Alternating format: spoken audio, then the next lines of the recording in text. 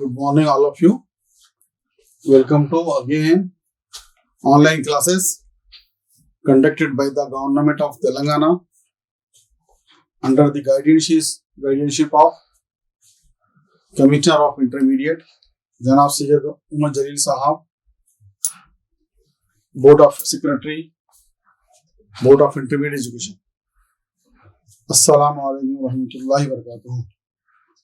तमाम तलबा और तालिबात को दोबारा खुशामदीद करता हूँ ऑनलाइन क्लासेस के लिए।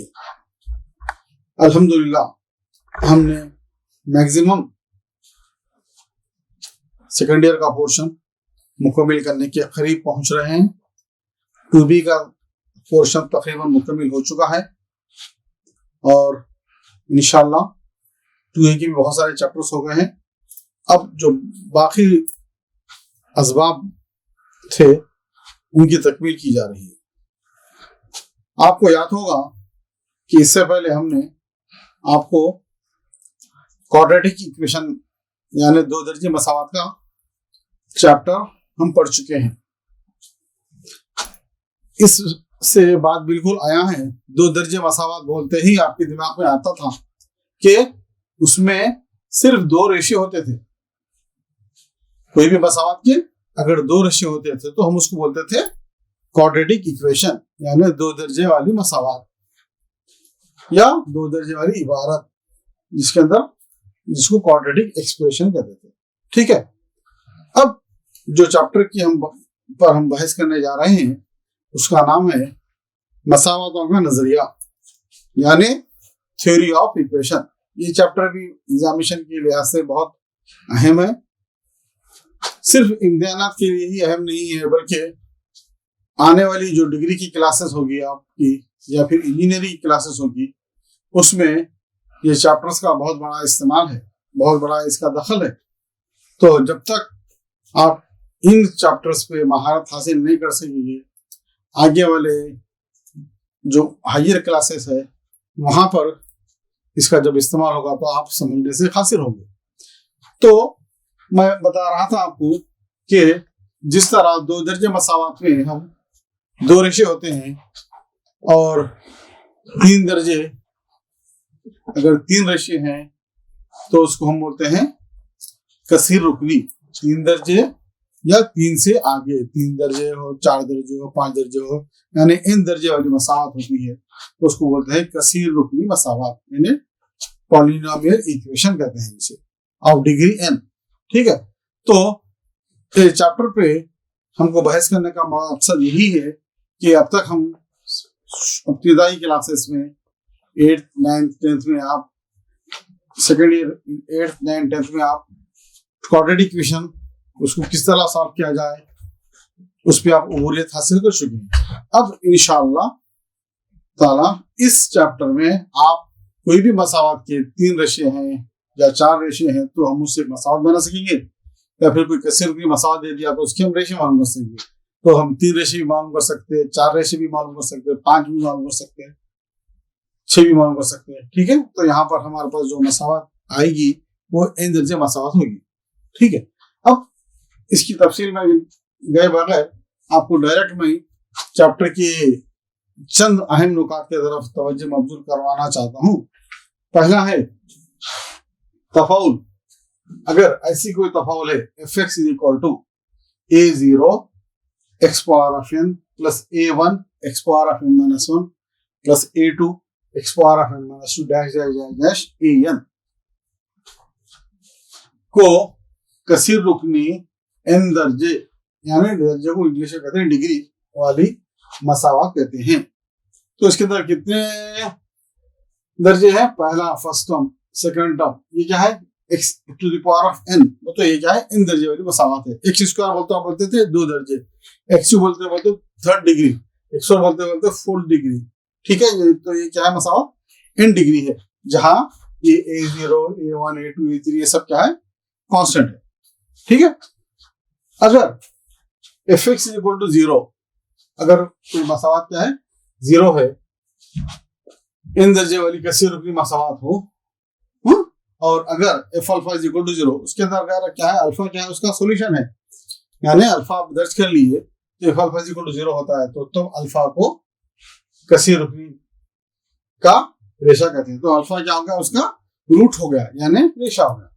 उसके बाद तीसरा जो अहम नुक्ता है, अगर मिसाल के तौर पे अब मैं आपको 3 दर्जे से शुरू करा रहा हूं, अगर अल्फा 1 अल्फा 2 अल्फा 3 ये मसावात, ये कसीर की मसावात है, a0 x cube plus a1 x square plus a2 x plus a3 is equal to, यहाँ पे देखिए आप इससे इसको आप जब कंपेयर करेंगे तो यहाँ क्या था, इंदर्जे थी, इंदर्जे थी। सो यहाँ पर क्या है, F A cube is equal to 0, यानी यहाँ पे क्या है, इसकी हुआत क्या थी, x की हुआत क्या है 3 है, तो सबसे एक सुबह 3 दर्जे वाली मसावत होते हैं। तो इसके रेशो क्या है, अल्फा 1 अल्फा 2 अल्फा 3 है। तब क्या होता है, S1 माने sum of the roots taken all at a time, तमाम रेशों का मजमुआ बैक वक्त, तमाम रेशों का मजमुआ बैक वक्त। सबको अगर एक ही वक्त लिखना चाहे, सबको जमा करना चाहे तो उसको हम क्या करते हैं, S1 से जाहिर करते हैं। और इसकी कदर होती है, ये जो ज़रीब है ना, ये होता है माइनस A1 बाई A0। तो इसकी कदर क्या होती है, S1 की कदर क्या होती है, माइनस A1 बाई A0 होती है। ठीक है, इसी तरह S2 means sum of the roots taken 2 at a time, sum of the roots taken 2 at a time. तो इसको क्या बोलते हैं उर्दू में, दो रेशों का हासिल ज़रब का मजमुआ, दो रेशों के हासिल ज़रब का मजमुआ। तो क्या होता, alpha 1 alpha 2 plus alpha 2 alpha 3 plus alpha 3 alpha 1 is equal to क्या होता, A2 by A0, A2 by A0। इसके बाद होता है S3, यानी 3 रेशों का हासिल ज़रब, sum product of the roots taken all at a time, that is S3 is equal to alpha 1 into alpha 2 into alpha 3 is equal to, यहाँ क्या था, पहले माइनस आया फिर प्लस फिर बाद में क्या था minus, that is minus A3 by A0। आएगा समझे। तो ये क्या था, अगर 3 रेशे हैं तो। इसी तरह 4 रेशों के भी क्या होता, अगर अल्फा 1 अल्फा 2 अल्फा 3 अल्फा 4 मसावत A0 x4 plus A1 x cube A2 x square A3 x plus A4 is equal to 0 हो, तो जब भी हम क्या कर सकते हैं, S1 S2 S3 S4 की कदर लिख सकते हैं। ठीक है, चलिए इसके बाद लिखिए, ये लिख लो जरा पहले। ये बहुत इब्तिदाई ज़ाब्ते हैं, इब्तिदाई फार्मूले हैं, इसको समझना और याद करना जरूरी है। जब तक आप ये वैल्यूज याद नहीं करेंगे, आप कसीर की मसावत को हल नहीं कर सकते। राइट, जल्दी से इसको लिखिए।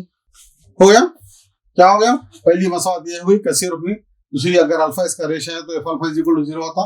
अगर तीसरी मसावत ऐसी है, A0 x cube plus A2 x square plus A3 x, A0 x cube plus A1 x square plus A2 x plus A3 is equal to 0 तो ये था। अच्छा, अगर मैं यहाँ पर ये आमतौर पे ये जो ज़रीब है, x क्यूब का ज़रीब क्या होना, 1 होना पड़ता, राइट। अगर 1 नहीं है तभी आप उसको 1 बनाते। तो यूजुअली आमतौर पे अगर मेरे पास मसावत ऐसी है, x cube P1 x square plus P2x plus P3 is equal to 0, right. आमतौर पे अब बाज़ वक्त ये होता है कि आपको सवाल में उन्हें P1 की कदर पूछता, इन टर्म्स ऑफ P2 की कदर पूछता या P3, तो आप जब आ जाके कंफ्यूज होने की जरूरत नहीं है। अब यहाँ पर हम क्या बोले थे, A0 प्लस A1 बोले थे, तो A1 के बजाय क्या है यहाँ पर P1 है, A2 के प्लस पे क्या है P2 है, राइट। तो अब ये in terms of P1 P2 P3 की रुखूम में इसकी कदर क्या होगी, देखिए यहाँ पे इस हल्की सी थोड़ी सी तब्दीली वाक़ई होती है। S1 इज इक्वल टू क्या होता, sum of the roots taken all at a time, that is alpha 1 plus alpha 2 plus alpha 3 is equal to होता है माइनस P1, S2 होता है P2 और S3 होता है माइनस P3, राइट। आगे समझे, अगर P1 P2 P3 के रूप में है तो इसको क्या लिखते हैं, S1 is equal to sum of the root taken all at a time which is equal to minus P1, S2 is equal to P2, S3 is equal to minus P3। Okay, right on, ठीक है। चलिए इसके बाद इसमें और एक थोड़ी सी तब्दीली ला रहा हूं। अभी आपको जैसा मैं बताया कि आपको कहां से शुरू करा मैं, दो रेशे हैं, राइट। दो रेशे बोलते आपके दिमाग में आ गया था, अल्फा बीटा दो रेशे हैं, दो जे मसावत x square plus x square plus b x plus c. तो आप क्या बोले थे, alpha plus beta is equal to minus b by a, alpha beta is equal to c by बोले थे।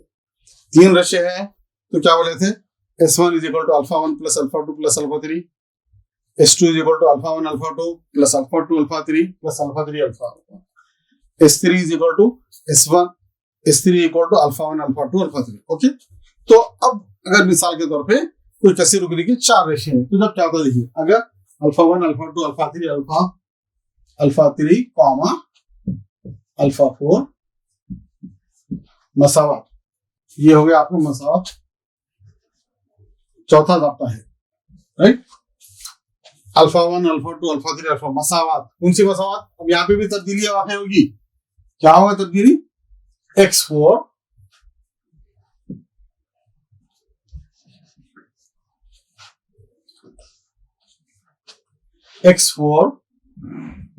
p1 x cube plus p2 x square plus p3 x plus p4 is equal to 0, right. कैसी मसावत कैसी है, चार रुकनी चार कसी, इसको बाई क्वाड्रेटिक इक्वेशन बोलते हैं। क्वाड्रेटिक बोले तो दो, बाई क्वाड्रेटिक बोले तो डबल, 4 डिग्री इक्वेशन। कैसी है, x4 plus p1 x cube plus p2 x square plus p3 x plus p4 is equal to 0। तब S1 क्या होता है, देखो alpha 1 plus alpha 2 plus alpha 3, ये सब चीजें क्या होते हैं, चेंज हो जाते हैं, इनमें तब्दीली वाक़ई होती है। अब कैसी तब्दीली वाक़ई होती आपको यहाँ बताता हूँ। S1 is equal to alpha 1 plus alpha 2 plus alpha 3 plus alpha 4 is equal to, वहां पे क्या लिए थे आप, माइनस तीन रेशे थे तो क्या लिए थे, माइनस P1 लिए थे, तो यहाँ पे भी क्या होता, माइनस P1, राइट। उसके बाद S2 होता sum of the roots taken 2 at a time, दो रेशों के हासिल ज़रब का मजमुआ, दो रेशों की हासिल ज़रब का मजमुआ, राइट। तो क्या होता है, अल्फा 1 इसको पकड़ लो, alpha 1 alpha 2 plus alpha 2 alpha 3 alpha 2 alpha 3 plus alpha 3 alpha 4। क्या करें, अल्फा को पकड़ लिया, alpha 1 alpha 2 alpha 2 alpha 3 alpha 3 alpha 4 plus alpha 2 alpha 3 alpha 1 alpha 3 alpha 4 plus,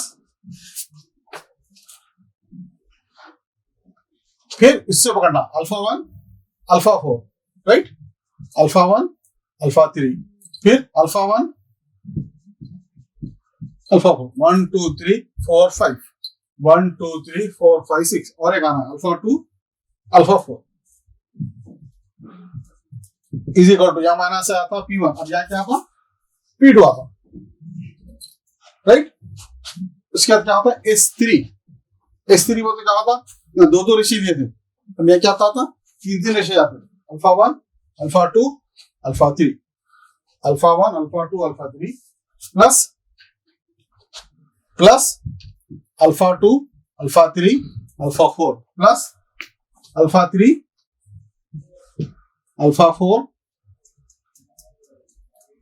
alpha 1 plus alpha 1 alpha 2 alpha 4 alpha 1 alpha 2 alpha 4 minus plus, फिर यहाँ क्या होता, minus P3। इसी तरह S4 means product of the root taken all at a time, S4 is equal to alpha 1 alpha 2 alpha 3 alpha 4, 1 2 minus P1 P2 minus P3 is equal to P4, ठीक है। अगर चार रेशे हैं तो ऐसा होता है, क्या समझिए, चलो लिख लीजिए इसमें जल्दी। अब उसके बाद अहम जो सवाल इसमें जो पूछता है आमतौर पे, अगर फर्ज कीजिए कोई मसावत है, मसावत के रेशे तीन दर्जे मसावत है, मसावत के रेशे हिसाबी तसव्वुर में हैं, यानी अर्थमेटिक प्रोग्रेशन में हैं, तो जब क्या होता है, लिखिए अगर अगर एक काबई मसावात, काबई मसावात किसको बोलते हैं? Cubic equation. ठीक है, अगर एक काबई मसावात किसको बोलते हैं? क्यूबिक इक्वेशन के रेशे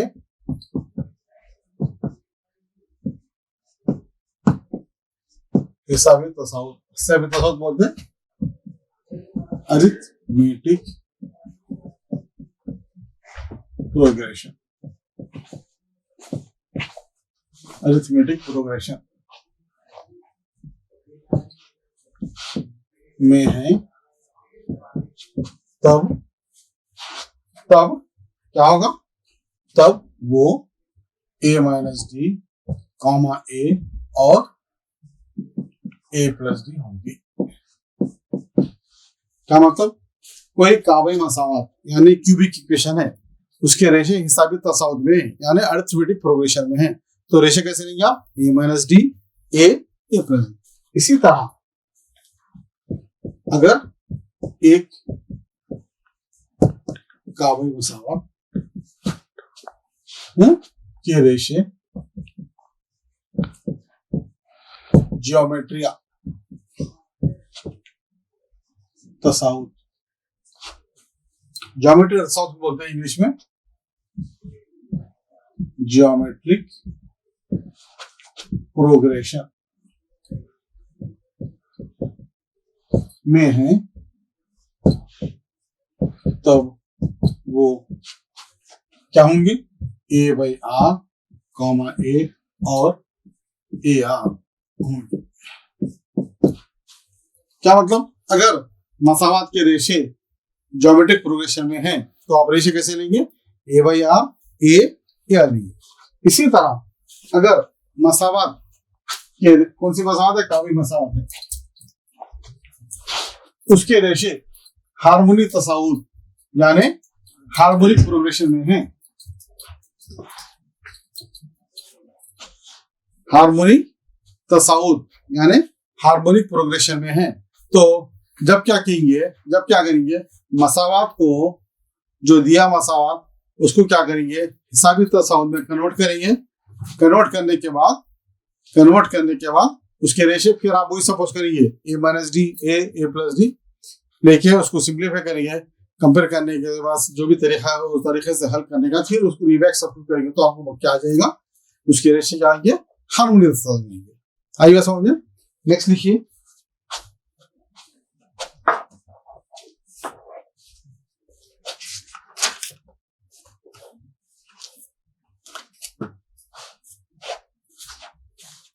लिखिए, इसको बोलते हैं मखलूक मसावा, इंग्लिश में बोलते हैं रेसिप्रोकल।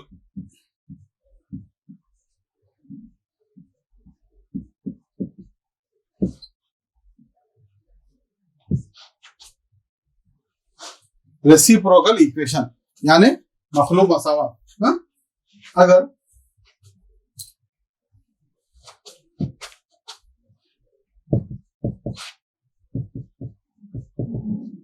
देखो, अगर f(x) इक्वल टू 0 में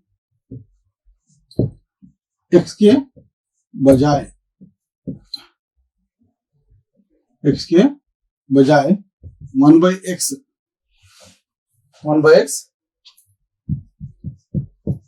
दर्ज करने पर f of 1/x is equal to 0, f of 1/x is equal to 0 हासिल होगी।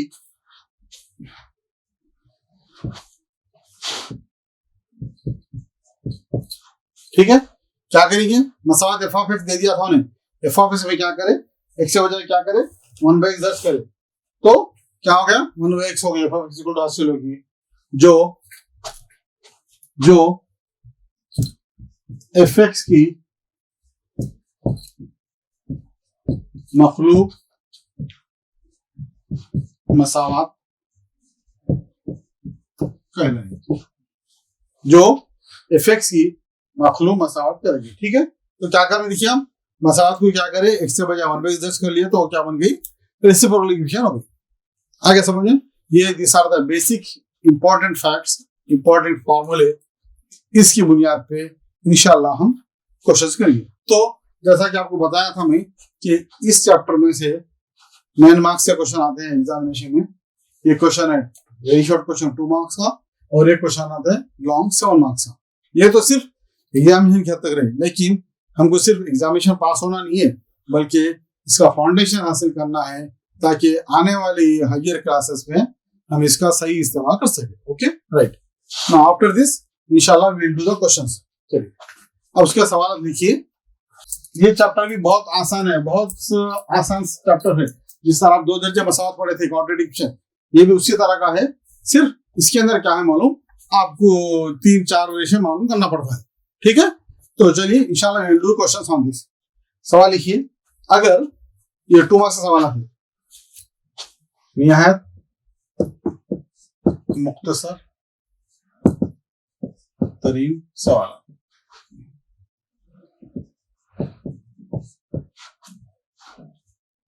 इसको बोलते हैं VS की। सवाल नंबर 1, अगर 1,1,1 और अल्फा मसावात x³ minus 6x² plus 9x minus 4 is equal to 0 के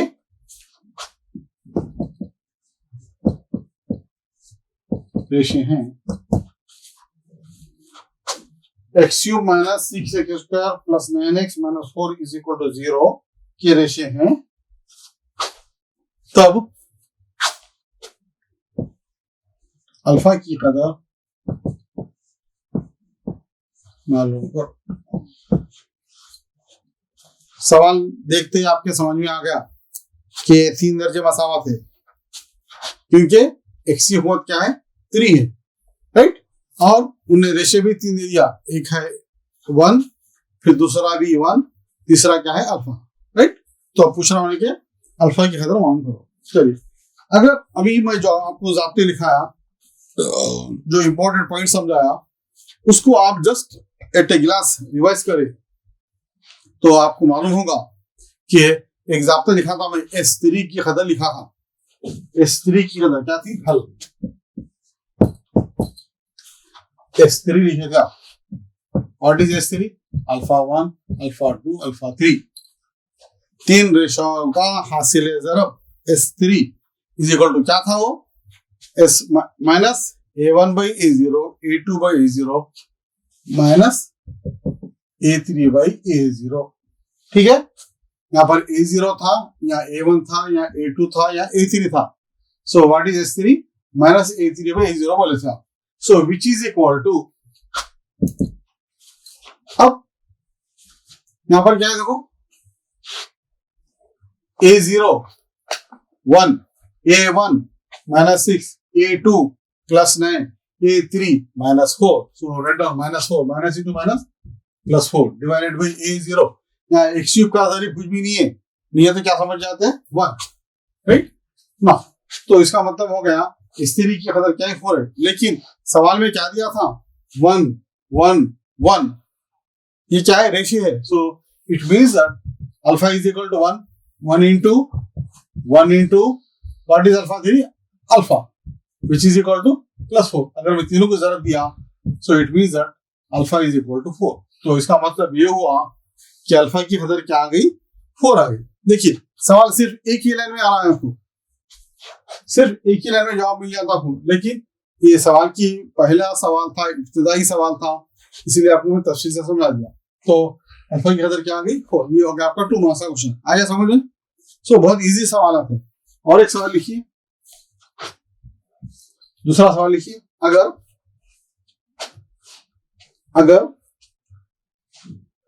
अगर -1, -2 और अल्फा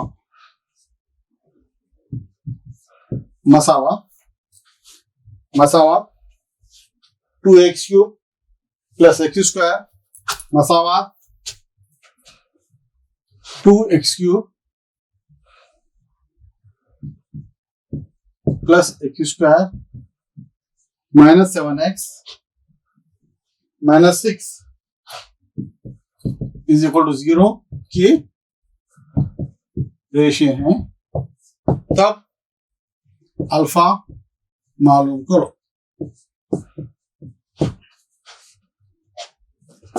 अल्फा मालूम करो, राइट। चलिए क्या बोला, अगर -1, 2, अल्फा मसावात, ये मसावात दे दिया, ये रेशियो हैं, तब अल्फा मालूम करो। सेम सवाल इसी तरह करना है। अब मैं क्या करता हूं, S3 हल, सॉल्यूशन S3 मेरे को मालूम है अल्फा 1, अल्फा 2, अल्फा 3 होता। क्या होता, ज़ाब्ता क्या है, -A3 भाई A0, राइट। ये A0, A1, A2, A3, so what is A3? -6, -6 क्या होता, +6 divided by A0, what is A0? 2, so which is equal to 3. now अब उन्हें रेशियो क्या दिया था, एक रेशियो दिया -1, दूसरा रेशियो दिया 2, तीसरा रेशियो दिया alpha. so I am multiplying this, so this implies that -1 × 2 × alpha is equal to 3. so ये क्या होता, -2 अल्फा is equal to 3 और अल्फा is equal to -3/2, ठीक है। तो अल्फा की कदर क्या आ गया आपके पास, -3/2 आ गई। आगे समझिए।